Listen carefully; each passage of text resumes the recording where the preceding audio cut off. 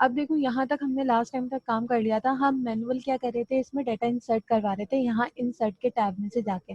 अब हमारे पास जब भी हम कोई भी एप्लीकेशन बना रहे होते हैं तो आप यहाँ डेटाबेस का कोई काम नहीं करते। आपके पास क्या होता है, एक फॉर्म होता है, उस फॉर्म में जाके आप क्या कर रहे होते हो, डाटा डाल रहे होते हो फॉर्म के अंदर, और वो फॉर्म का डाटा जो होता है ना, वो फिर यहाँ डेटाबेस में आके क्या कर रहा होता है, आपके पास काम कर रहा होता है, मतलब आपका डाटा स्टोर कर रहा होता है।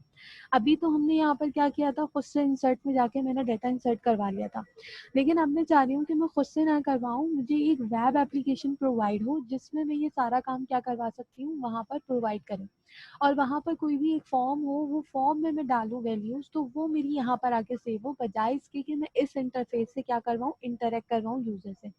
अब उसके लिए हमें क्या करना होगा, सबसे पहले तो हम यहाँ पर आते हैं, हमने यहाँ पर 2 फाइलें बना ली थी लास्ट टाइम, एक होम की फाइल जिसमें हमने अपना कनेक्शन चेक कराया था और हमने ये देखा था कि भाई हमारा कनेक्शन हो रहा है या नहीं, और इसी के साथ मैंने एक डीबी कनेक्ट की फाइल बनवाई थी। डीबी कनेक्ट की फाइल में हमने क्या किया था कि कनेक्शन स्ट्रिंग बनाई थी और उस कनेक्शन स्ट्रिंग को क्या करवाया था, चेक करवाया था। अब लास्ट इसमें मैंने चेंजेस क्या की थी कि हमने यहाँ क्या लगा दिया था, एक्सेलेमेटरी साइन। इसका मतलब क्या है कि मैंने क्या बताया था आपको, माई एसक्यूएलआई कनेक्ट का जो फंक्शन है वो आपको बूलियन वैल्यूज रिटर्न करता है। अगर आपके पास रिटर्न होती है, क्या आपके पास फॉल्स रिटर्न होती है, सही है, फॉल्स रिटर्न होगी तो यहाँ पर कौन का जो भी वेरिएबल है इसमें क्या आया, फॉल्स। सही है, फॉल्स में आपने नॉट ऑपरेटर लगाया हुआ है, ये क्या हो जाएगा, मतलब ट्रू हो जाएगा। और अगर ये चीज ट्रू हो जाती है तो आपके पास क्या चीज आनी चाहिए, क्या कनेक्शन आपका क्या हो गया, फेल्ड हो गया। इसीलिए क्योंकि जब मेरा कनेक्शन होता है तो मुझे वहाँ कोई स्टेटमेंट प्रिंट नहीं करवानी होती, मुझे वहाँ पर अपना डेटा शो करना होता है। इसीलिए हमने इसकी थोड़ी सी इफ एल्स की कंडीशन को क्या करा था, लॉजिकली चेंज करके काम किया था। अब मैं आ जाती हूँ इधर, जो हमारा होम का पेज है। अब होम का पेज है तो मुझे यहाँ पर क्या चाहिए, लेट्स सपोज मुझे चाहिए यहाँ पर एक फॉर्म। फॉर्म बनाने के लिए क्या करेंगे, हमने फॉर्म हैंडलिंग पढ़ी थी सेशन में पिछले, तो हम उसी फॉर्म हैंडलिंग के थ्रू क्या करते हैं, मैं एक फॉर्म बनाती हूँ, और फॉर्म में कौन सा बनाऊंगी, पोस्ट मेथड के थ्रू फॉर्म बनाऊंगी। तो मैंने इसको यहाँ पर क्या करा, फॉर्म कोलिन पोस्ट, इसके ऊपर मैंने एंटर किया तो ये मुझे क्या करेगा, एक फॉर्म का टैग लाके दे देगा। अब देखो फॉर्म का टैग लाके दे देगा तो यहाँ पर एक एक्शन था। एक्शन मैंने क्या कहा था कि जब भी आप बटन के ऊपर क्लिक करेंगे तो फॉर्म रीडायरेक्ट होके कौन सा पेज खुलना चाहिए, यहाँ आप एक्शन में लिखेंगे। मैंने अभी कोई दूसरा तीसरा पेज नहीं बनाया है, मैं सिर्फ इस पेज का ऐसी नाम लिख रही हूँ, इंसर्ट डॉट php। ये फॉर्म मैं अभी बनाऊंगी या पेज में अभी बनाऊंगी, कब बनाऊंगी, जब मुझे इस फॉर्म का डाटा डेटाबेस में स्टोर करवाना होगा तो मैं इंसर्ट डॉट php वाली फाइल बनाऊंगी। अभी ये मैंने क्या लिखा है, डमी फाइल का नाम लिखा है, ये बनी हुई फाइल हमारे पास मौजूद नहीं है। फॉर्म के अंदर आते हैं, सबसे पहले हम क्या ले लेते हैं, लेबल, और लेबल के अंदर जो है वो मैं क्या लिख दूंगी, एंटर योर नेम। सही है, किसकी बेसिस के ऊपर हम फॉर्म बनाएंगे, हम इस वाली वैल्यूज या इस डेटाबेस की बेसिस के ऊपर हम फॉर्म बनाएंगे अपना। सबसे पहले मुझे क्या चाहिए, यूजर से नेम इनपुट चाहिए, तो मैंने यहाँ पर लिखा लेवल एंटर योर नेम, और इनपुट के लिए मैं क्या करूंगी, यहाँ पर मैंने इनपुट की शॉर्ट फॉर्म आपको बताई थी, इनपुट, सही है, कोलिन, और इनपुट के लिए हम क्या लेंगे, टेक्स्ट। मुझे नेम चाहिए तो मैं यहाँ पे क्या लिख दूंगी, टाइप, और उसके लिख दूंगी टेक्स्ट, तो ये मेरे पास क्या लेकर आ जाएगा, उसका टैग बना के लेकर आ जाएगा। इनपुट में दोबारा से देख लो, हम जो जिनको नहीं समझ आया, सबसे पहले हम लिखते हैं टैग का नाम, टैग का नाम क्या है, इनपुट। कोलिन लगाने के बाद मैं उसकी टाइप लिखूंगी, टाइप जो आप क्या करते थे, इनपुट के टैग के अंदर लिखते थे, तो मैंने टाइप क्या दिख दी, यहाँ पर टेक्स्ट दे दी। तो यहाँ पे देखो इनपुट का टैग है, टाइप इसकी क्या हो गई, टेक्स्ट हो गई। इसी तरीके से इसका जो नेम है, नेम में क्या कर देती हूँ, नेम ही लिख देती हूँ। नेम यहाँ पर पीएचपी में ये नेम का जो एट्रीब्यूट है ये आपके लिए मोस्ट इंपॉर्टेंट है, यहाँ पर आईडी से आप काम नहीं करवाते, आप काम किसके थ्रू करवाते हैं, नेम के थ्रू करवाते हैं। तो नेम में आपको यहाँ पर इसकी वैल्यू देना लाजमी है। फिर इसके बाद हम आ जाते हैं,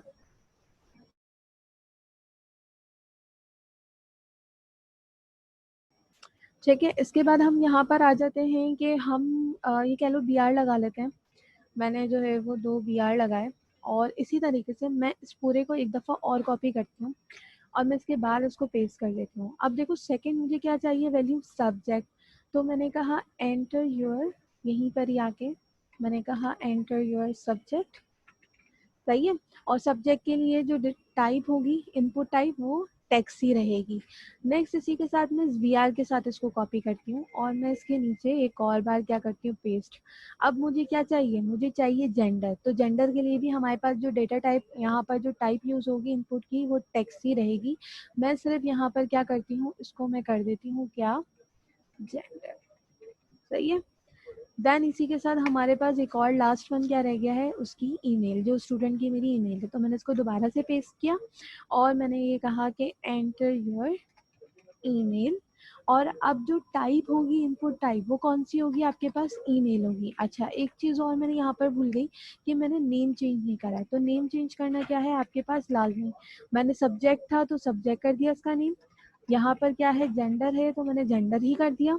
इसी के साथ ये ईमेल है तो मैंने क्या कर दिया, ईमेल ही कर दिया और इसको सेव कर लिया। अब ये तो हो गया एक फॉर्म। मुझे क्या चाहिए इसके बाद, एक बटन भी चाहिए। तो बटन के लिए मैंने अगेन BR लगाए दो और मैं यहाँ पर इनपुट। अब देखो बटन के लिए क्या करोगे, इनपुट। टाइप कौन सी यूज होती है बटन के लिए, सबमिट यूज होती है। तो आप यहाँ पर इनपुट कोलन सबमिट करेंगे तो ये आपको क्या लेकर आ जाएगा, टैग लेकर आ जाएगा। वैल्यू मतलब वैल्यू ये है बटन के ऊपर क्या टेक्स्ट लिखा हुआ होना चाहिए। तो आप यहाँ पे लिखें लेट सपोज ये कर दो इंसर्ट। मैंने यहाँ पे क्या कर दिया, इंसर्ट, इंसर्ट रिकॉर्ड। ये बटन के ऊपर लिखा हुआ आना चाहिए। और इसी के साथ यहाँ पर उसका नेम डिफाइन नहीं है बटन का एट्रीब्यूट नहीं है। तो मैं इसको करती हूँ भाई इंसर्ट, इंसर्ट BTN। ये इंसर्ट क्या है, बटन है। और ये मैंने सेव किया। अब ये सेव करने के बाद हम इसको पहले रन करके चेक कर लेते हैं कि हमारा फॉर्म कैसे बना है, मतलब क्या उसका लेआउट बना है। तो यहाँ पर आके लोकल होस्ट जो है वो मेरा 84 है। तो मैंने ये लोकल होस्ट पहले डैशबोर्ड ओपन किया। डैशबोर्ड ओपन के करने के बाद हमारी जो फाइल है वो कहाँ मौजूद है, हमारी फाइल जैम में, htdocs में, और htdocs में कहाँ है, माई वेब में। तो मैं क्या करूँगी, डायरेक्टली कहाँ लिखूंगी, htdocs की माई वेब। हम क्या लिख रहे होते हैं, htdocs के फॉरन फोल्डर का नाम लिखते हैं, हम htdocs डिफाइन नहीं करते। तो यहाँ पर आने के बाद मैंने लिखा माई वेब स्लैश home.php, क्योंकि पेज का नाम क्या था, home.php। तो आप लोगों के पास यहाँ पर देखो एक फॉर्म बना हुआ आ गया, enter your name, enter your subject, enter your gender और एंटर योर ईमेल। और ये इंसर्ट रिकॉर्ड का बटन आ गया जो कि अभी कोई काम नहीं कर रहा। सही है। अब यहाँ तक हो गया एक काम। अब मुझे क्या चाहिए, मुझे ये चाहिए कि भाई जब मैं इसके ऊपर इंसर्ट रिकॉर्ड करूं तो जो भी मैं यहाँ पर लिख रही हूँ वो यहाँ पर जाके, ये जो मेरा डेटाबेस है वो यहाँ जाके क्या हो, मेरा डेटा में इंसर्ट होना चाहिए, डेटाबेस में जाना चाहिए। अब उसके लिए क्या करूँगी मैं आ जाती हूँ दोबारा से यहाँ पर और मैं एक नई फाइल बनाती हूँ। सही है। मैं यहाँ पर आई और मैंने कहा न्यू में गई और मैंने इसको सेव कराया। कहाँ सेव करवाया, जिस फोल्डर में आपकी पहले से मौजूद फाइल्स हैं वहीं पर ही आप क्या करवाएंगे, उसको सेव करवाएंगे। ये बात लाजमी आप यहाँ पर याद रखें। अब देखो मैंने पेज का नाम यहाँ पे क्या रखा था, जब मैंने फॉर्म सबमिशन करवाई थी तो मैंने लिखा था कि इंसर्ट नाम का मैं एक पेज बनाऊंगी। तो मैंने कहा insert.php और ये मैंने यहाँ पर इसका एक फाइल बना ली। यहाँ पर ये जो नाम रखा था ना वही नेम होना चाहिए। ये इस बात का ख्याल रखिएगा, ऐसा ना हो यहाँ पर आप कोई और नाम दे रहे हो यहाँ आप किसी और नाम से फाइल बना रहे हैं। तो ये मैंने उस वक्त डमी फाइल का नाम लिखा था, लेकिन अब मैंने इसको प्रॉपरली क्या कर लिया, इस फाइल को बना लिया। अब देखो इस फाइल में मुझे क्या चाहिए कि भाई मैं बटन के ऊपर क्लिक करूं तो मेरा जो है वो डेटाबेस में इंसर्ट हो। तो ये जो इंसर्ट की फाइल है इसमें कोई लेआउट नहीं होगा, इसमें क्या होगा, आपका बैकएंड का काम होगा जो डेटाबेस में ले जाके डेटा इंसर्ट करवा रहा होगा। तो मैं यहाँ पे HTML का कोई भी स्ट्रक्चर इंक्लूड नहीं कराऊंगी क्योंकि मुझे इंसर्शन के तौर पर मुझे कोई डेटा यहाँ पर चाहिए नहीं, मुझे इसको सिर्फ डेटाबेस में स्टोर करवाना है। तो मैं डायरेक्टली क्या करूँगी, PHP का टैग ओपन कर लूंगी जो कि मैंने यहाँ पर ओपन कर लिया। अब एक तो हो गई एक चीज।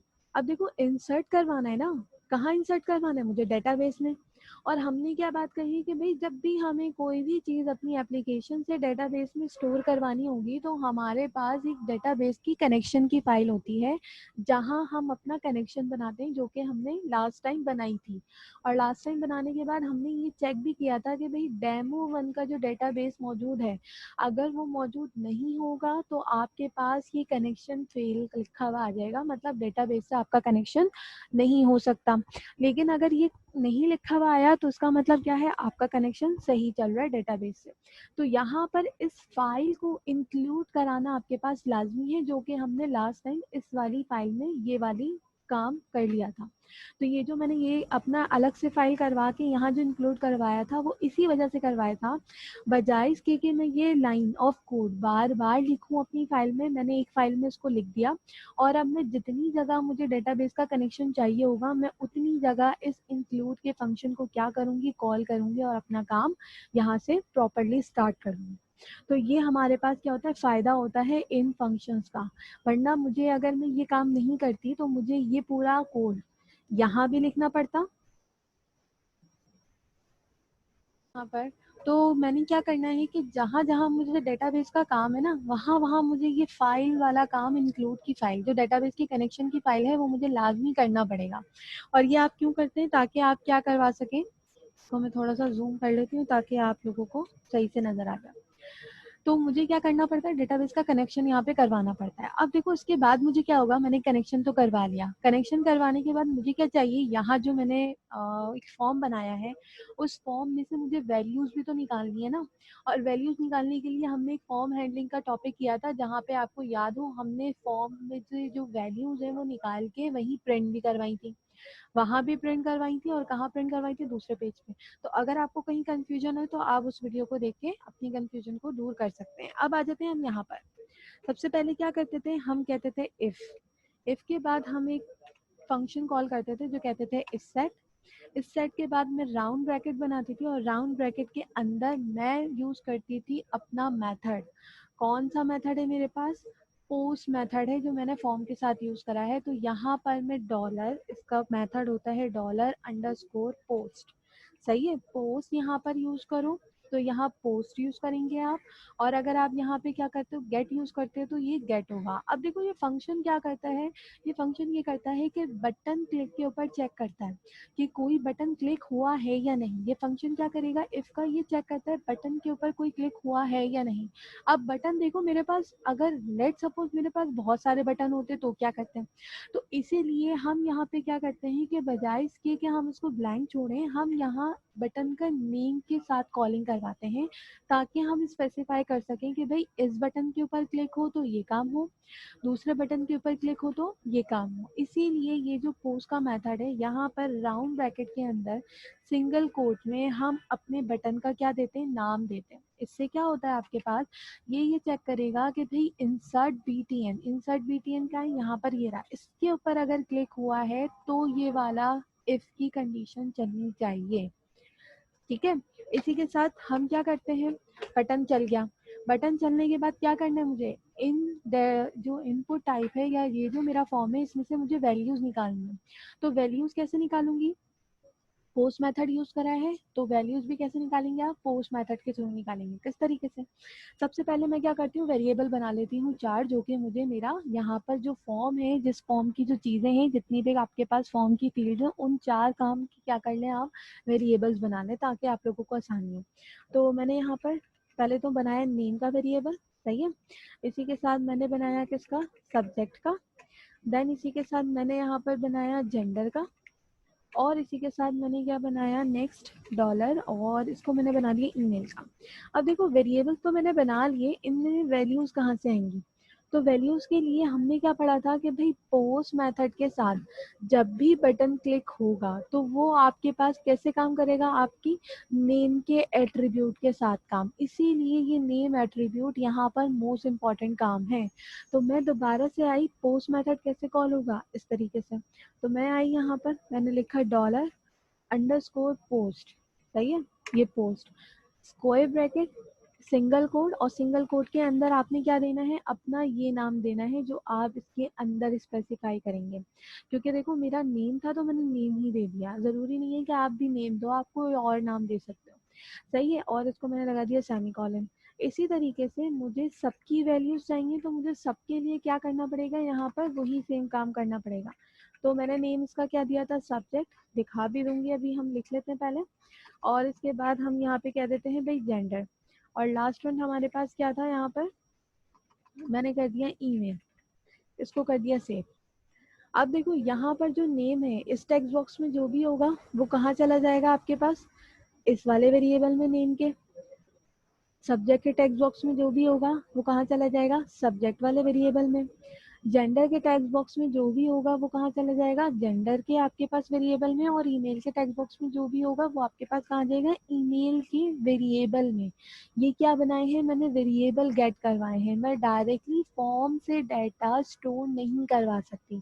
मुझे फॉर्म के अंदर जो भी चीजें हैं, जो भी टेक्स्ट लिखा है, उसको कहीं ना कहीं पहले स्टोर कराना होगा। उसके बाद ही मैं क्या करूंगी, दूसरा काम कर सकती हूँ।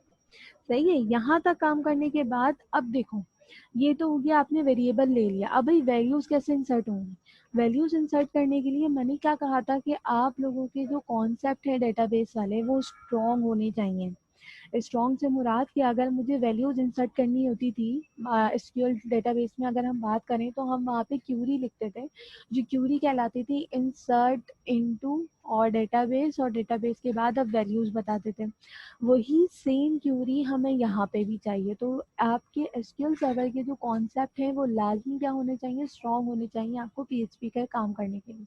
तो मैं अभी फिलहाल कुछ नहीं कर रही, मैं सिर्फ क्या कर रही हूँ, यहाँ पर क्यूरी लिख रही हूँ। और आप लोगों को अगर याद हो तो जो इंसर्ट की क्यूरी थी वो क्या थी आपके पास, आप यहाँ लिखते थे इंसर्ट इनटू।